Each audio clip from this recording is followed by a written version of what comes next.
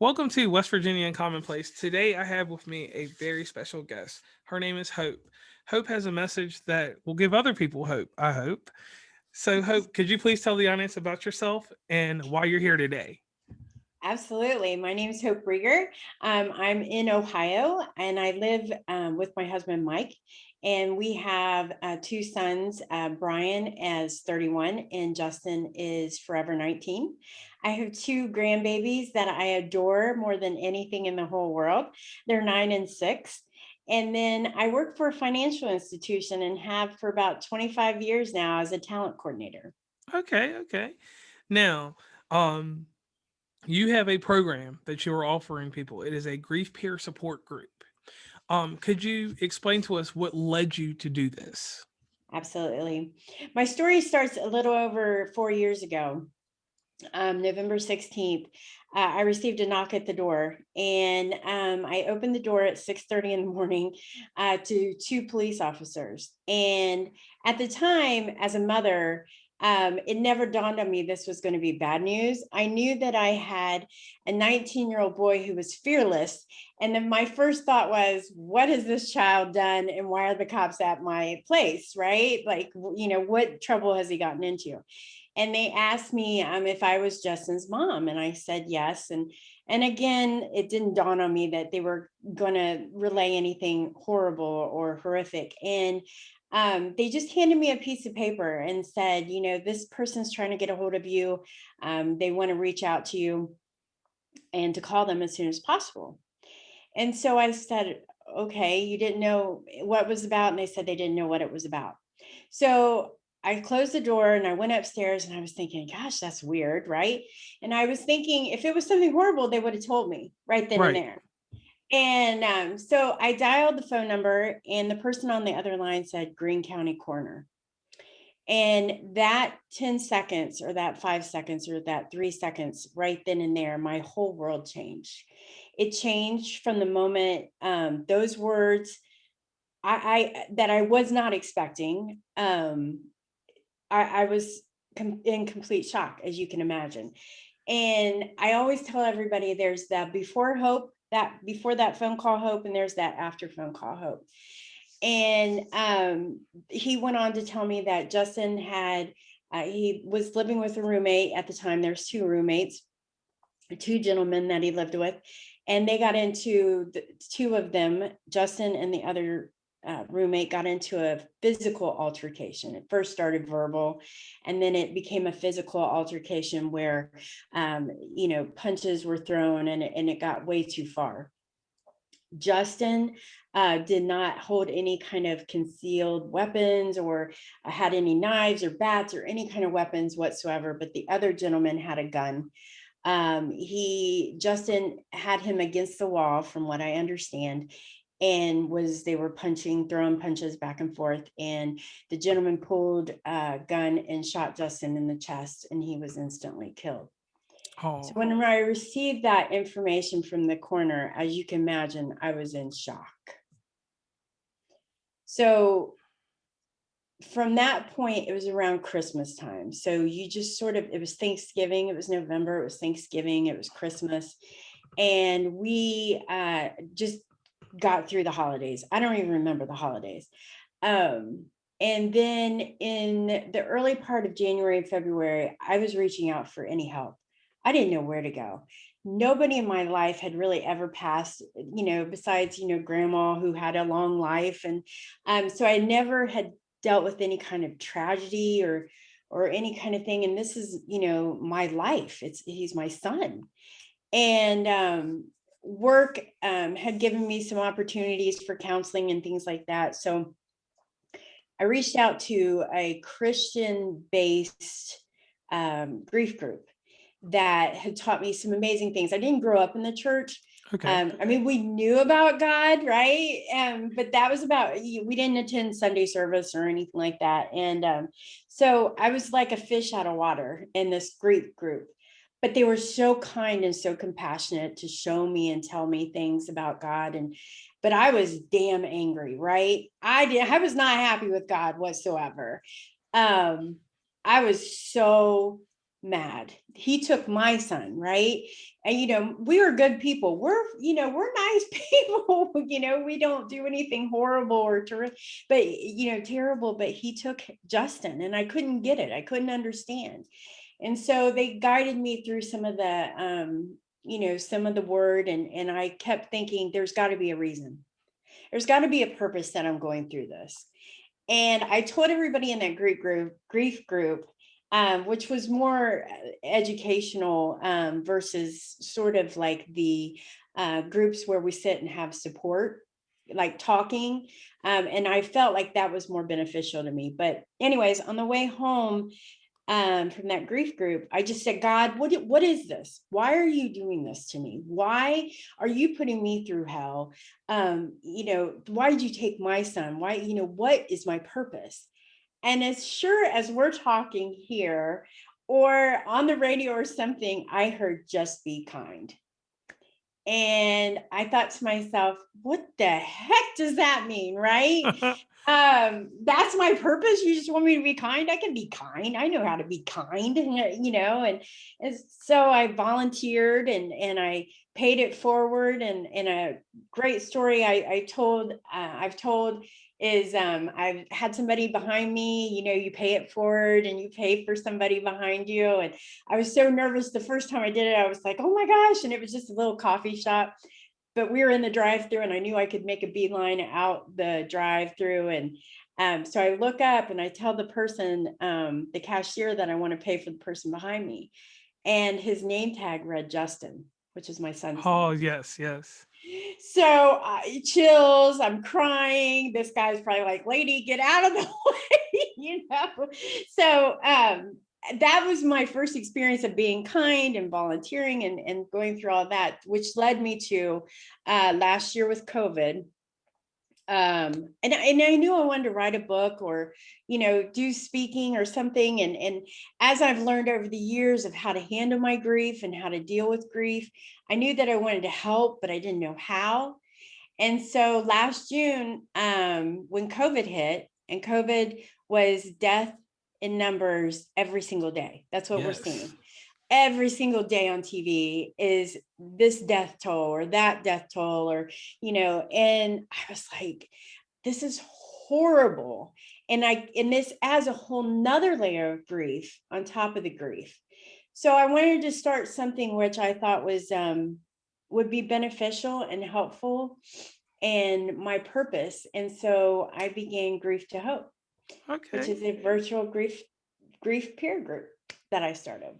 Okay. Now, outside of this tragedy, it seems like you found a great bit of positivity through the church, through the group.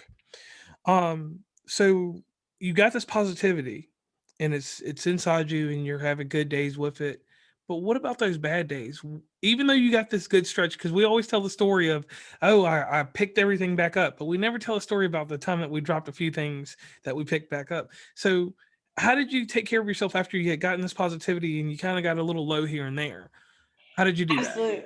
Absolutely. Grief is, I describe grief as a heartbeat monitor. You have those high peaks and low peaks, and then you have sort of a law where, it's everyday kind of thing. And they still happen. And it's as the years progress on, I have that law a little bit longer. But anniversaries, birthdays, Christmas, when songs come on, smells. And for whatever reason, whenever I see somebody walking, I don't know why, because Justin never walked anywhere a day in his life. But whenever I see anybody walking, I feel like it's Justin, or it reminds me of Justin. And when I deal with that, the best way that I can describe it is, I know today's today, but I know tomorrow is going to be different, and whatever I make of it. And if it's another hard day, then I know the next day is going to be better. And so you just have to keep believing and trusting that that you're going to get moving through it. Like I always say, keep living strong, just keep moving forward. And that's all, baby steps, baby steps. Okay. Now, After your son's passing and all this stuff, how did you build up these qualities that you probably had inside yourself before? Like, how did you build them up? Because I understand you, like I said, we went through the whole formality of that. You went to the church support group and it helped you out. But how did you build up these qualities? Because I always bring it back to sports because that's the best way you can relate emotional things. You know, certain athletes become certain type of people because of certain circumstances. So inside this circumstance, well, we won't call it a circumstance, we'll just call it what it is, a tragedy. How did you get some of these new qualities that you may have had or may not have had? So as I told you, there's the before the call and after the call. But the before the call, I was always positive, happy, sunshine, roses, rainbows. For the most part, I always had this positive outlook on life, and always like very, very determined to make things great, right? Very determined to, no matter what circumstance, happens, that I can turn it around. And when this happened, I was like, whoa, I can't turn this around. Like, I cannot fix this. And as a planner and a person that just wants everything to be happy and joyous all the time, this was a slap in my face. This was like, here you go, Hope. See if you can figure this out. And as it's taken me a long time, but one thing that I've always thought of is I lost Justin, right? Hmm. I didn't want to lose hope. I didn't want to lose hope in me on top of who I was. So I knew I'd never be the same Hope again, but I wanted to be better than that person because now I had a reason to live. Now I had that purpose. And by gosh, honoring my son every single day, by saying his name and doing this work is amazing. And it's even better than the hope was before. Okay, so a good way to say it is that at one point you were two dimensional. That's a flat plane, and now you become three dimensional, and you stepped a step further, and you went into the fourth dimension where you're interacting more with that 3D form that you've taken on. So I definitely can go and get with that. Now I love that. let's get down to this. Grief to Hope, your program. Yeah. Explain to us. We know how it got its start, and I apologize about how it started, but you carrying on your son Justin's name with Grief to Hope. What's the first day like inside your program? So it's a really, really cool program. It's, if I do say so myself, I created something that I wanted to, for anybody to come and be authentic, right? So it's a 7-week program. We meet once a week for an hour via Zoom. It's virtual. You can come, you can hang on the phone. You don't have to say a word. You can just sit there and listen. And what I do is I start out with my story. The first week we do is an introduction about me and my story and what I'm doing and why I'm doing it. And then I try to introduce anybody that wants to be introduced and tell their story. And then I have main topics. So each week after that, for the 7 weeks, we have main topics that we talk about. For example, and I spell out the word grief, is G would be gift of time. So our first week after the introduction is called gift of time. And it talks about, how we're rushed when we are in grief, or how people expect us to be the same person 2 weeks after it happens, or 2 years after it happens, and people don't understand how grief works and the eves and the flows, and so we try to talk about that. We talk about just anything revolves around time, and like how time is a gift sometimes. Like I've been in it for 4.5 years, but a lot of people may have only just begun in their journey, like 6 months, 3 months. We have all different levels of people that come in and where they're at in their grief, and we just share, and we're honest, and it's raw conversation between the group, and it's basically you can sort of relax your shoulders and be comfortable and say whatever's on your mind. And a lot of times it's about just knowing that they totally get what you're going through. And that's the biggest thing, right? Like, I Yes, it want to is. know that you know exactly what I feel when I say, somebody asked me how many kids I have. To the normal person that's never been through grief or had a child loss, that is a very simple question.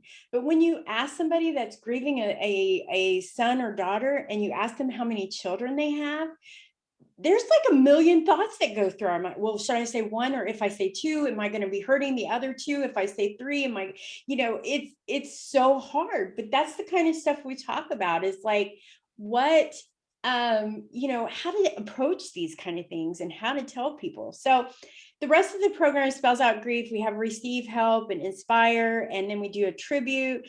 We talk about expectations, and then the last one is to hope. And so our last 7 weeks, or the last week of the 7, is we talk about moving forward. How are you going to move forward? What's your next step? And a lot of times that next step is, I just want to go to the grave and like actually go to the grave, right? Like, I don't want to sit in my car. I just want to go to the grave. So we're talking, it may not be write a book and create grief to hope. It may be, I want to listen to this song, right? And not cry, or I want to go up and go through his things, or just where you go.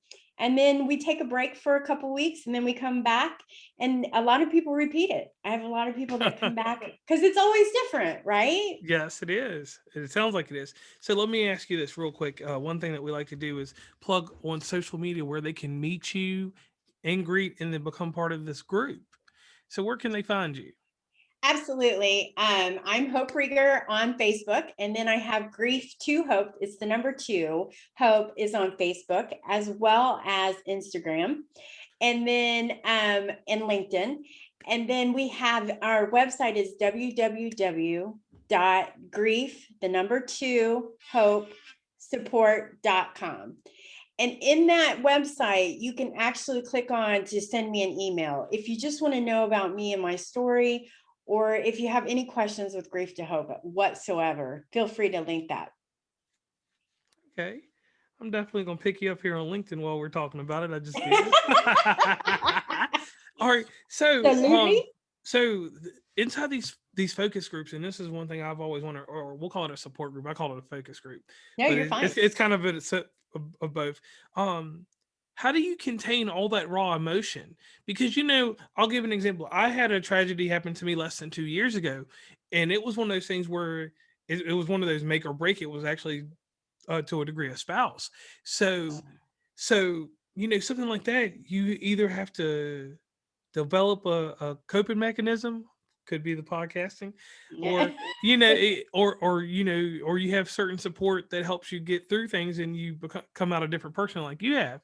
So how do you handle all these raw emotions inside this group that you get from people? Because some people like me, I wanted to be by myself. I didn't want a lot of people around. It was certain people I'm glad that wrapped their arms around me, but it was just certain people I just, because of their vibe, I could just feel that it wasn't, they weren't right for me at the moment. So please stay away. So how do you handle all that, inside this group? I think that's an awesome question. It's hard because a lot of times when what Grief to Hope is there's a lot of tragedy. We have somebody that lost a son, and then 6 months later lost his daughter in a horrific, it's just unimaginable what these people go through. And what I try to do is just listen. That's all. They just want to be heard. Tears, of course, are going to be there. Thoughts and emotions are going to be there, and everybody sort of, it's so amazing because it sort of becomes a family, and we talk as a family. And when other people are talking and you feel like you want to help them and fix it, when you're grieving, that doesn't work. You can't fix it. I can't fix what they're going through. All I can do is be there to listen and to offer support and to say, you know what, I experienced that exact same thing. Or another person is going through this, like you said, like with suicide. There's so many different waves and flows, and with every death, I say is equal. Like, people come on my group, and they're like, my mom died, but that's sort of the circle of life kind of thing. And your son died. That's way worse, right? And I try to let them know, absolutely, every single death counts, every single grief counts. And there's no levels of importance or severity. your mom means just as much as my son. Is it the different kind of level? Yes, there's different levels, but there's not different Severities. severities. Yeah, absolutely. Like there's, like I said, like COVID, having a COVID death, it puts a different level on things. And not being able to be there at the hospital if they pass, or not being able to have a service. And that puts a whole nother level on things. Okay. Now, um, you got this group going. You've ran a few that have been truly successful. What would you tell a person right now that's on the fence about coming to your group? And I'm going to give you the example of on the fence. On the fence, some people will be like, "Oh, I want to do this. I may not want to do this." But we know inside tragedy, and even me, I'm a very hardened person. I am so technical that I have specific people that I know that can handle certain parts of my emotional load. So I don't know if I would actually come to, not saying you're a stranger, but would come to someone that's a stranger and give them this emotional load, because I don't know if they're going to be able to handle it. Because like I said, we're not talking about the severity of what happened in any of these deaths, but the actual emotional turmoil that you have with it. So, how would someone that's on the fence be comfortable with coming to you? Absolutely. I love that question too. Everybody has a story to tell. And as a podcast host, Okay, yes. yeah, podcast host, that everybody has a story to tell that's going to touch somebody. So that's what I tell everybody that is on the fence to coming, is saying, you know what? One, you can come and just listen. You don't have to come and share. And we had somebody that listened for 7 weeks. And then that following next series came and talked. She felt comfortable talking. And so we were like, yeah, we were so excited because that was a big step for her. And so if you just want to come and listen and then get comfortable with it, that's probably the biggest way to sort of let yourself, your guard down, but also to know that your story, no matter what that story is, can touch any person at any time. You never know who needs to hear your story. So even though you may not be over that that ease, those flows, and that heartbeat monitor of grief, and you may be on a down that day, I encourage you to be on the phone, because you never know what story you're going to hear, right?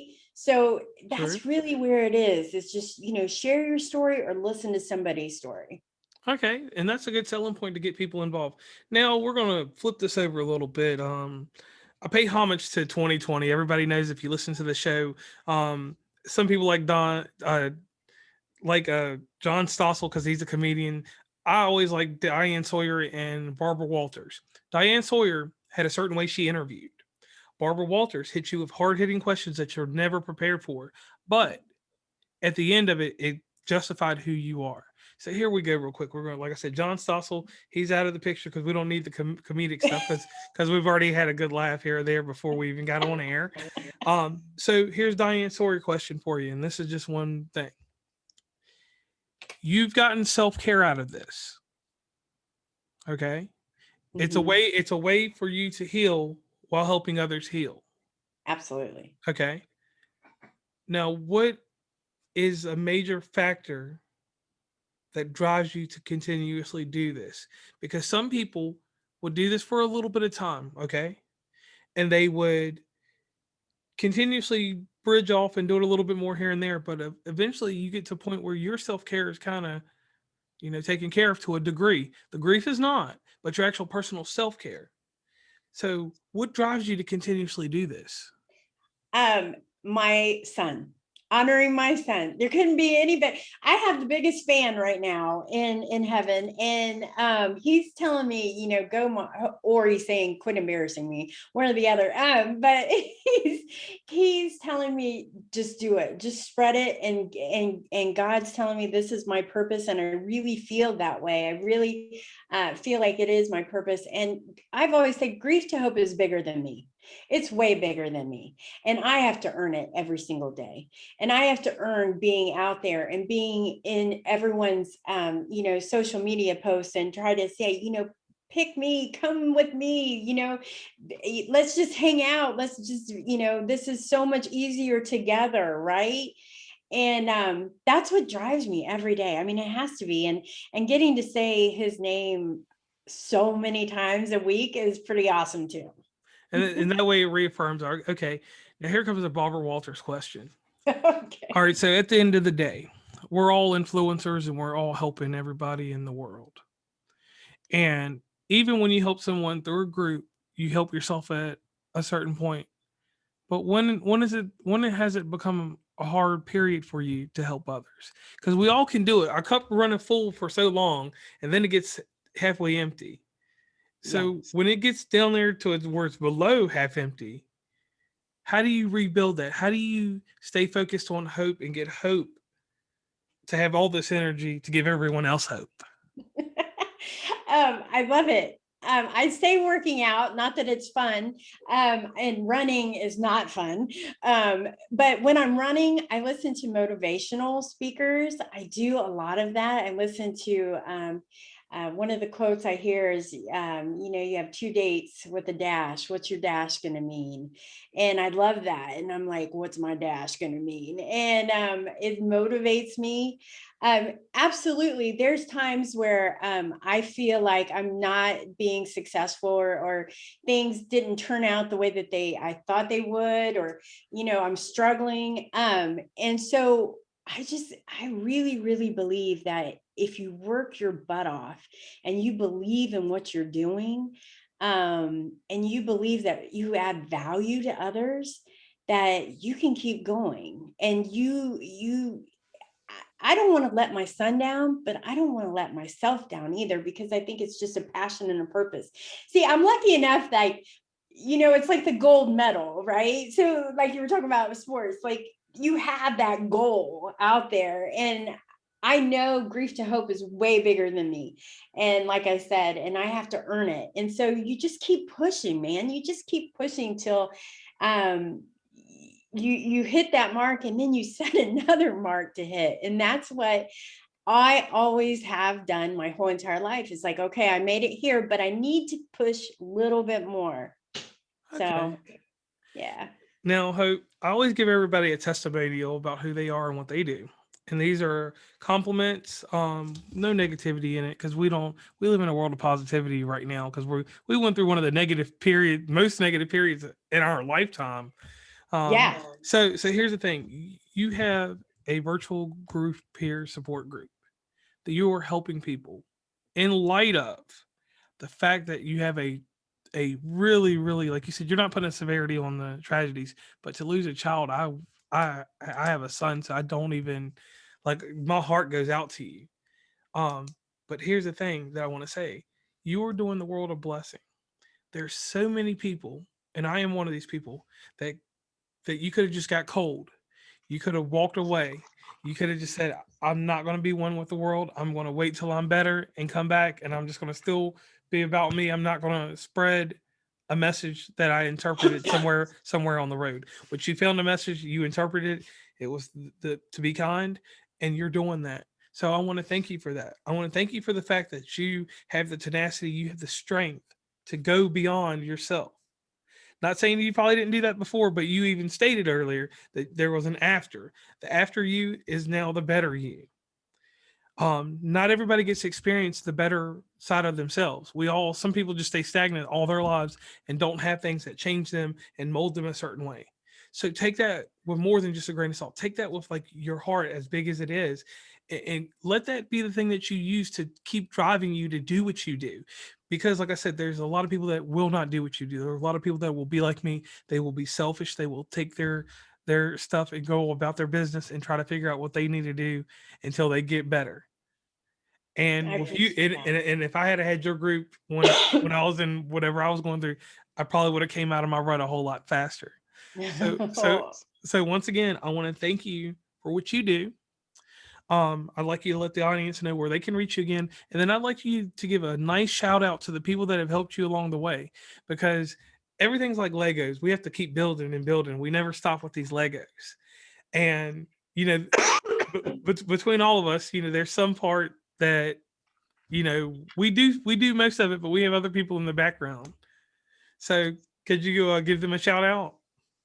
Absolutely. So, my husband is amazing, and bless his heart, has been on every single episode, listening in, and after tells me how great I am. Even though I'm like, oh, I don't know.